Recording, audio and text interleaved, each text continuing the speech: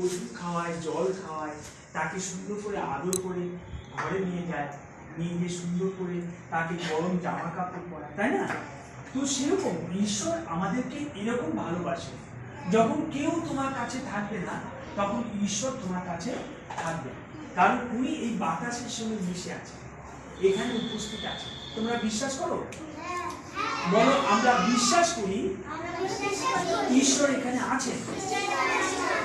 হ্যাঁ, এইবার শোনো, ভালো করে শোনো। যখন তুমি ভালো করে আমার কথাগুলোকে শুনবে, দুটো কান দিয়েছে এই জন্য বেশি শোনার জন্য, বুঝতে পেরেছো?